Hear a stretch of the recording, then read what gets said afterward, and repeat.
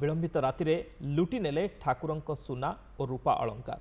बालेश्वर जिला रेमुणा अंचल एककालीन 3टी मंदिर लुट होइछे।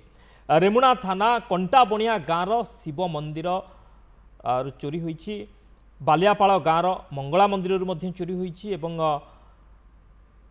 चोरी जुनुदा गाँवर मंगला मंदिर चाबी भांगी लुट करिसेंती लुटेरा। सकाळे मुख्य द्वार खोला थिबा देखि पुलिस को खबर देइथिले ग्रामवासी। घटनास्थल में पुलिस पहुंची अधिक तदंत जारी रखिछे। तो बालेश्वर विलंबित राति सीरीज लुट होइछि।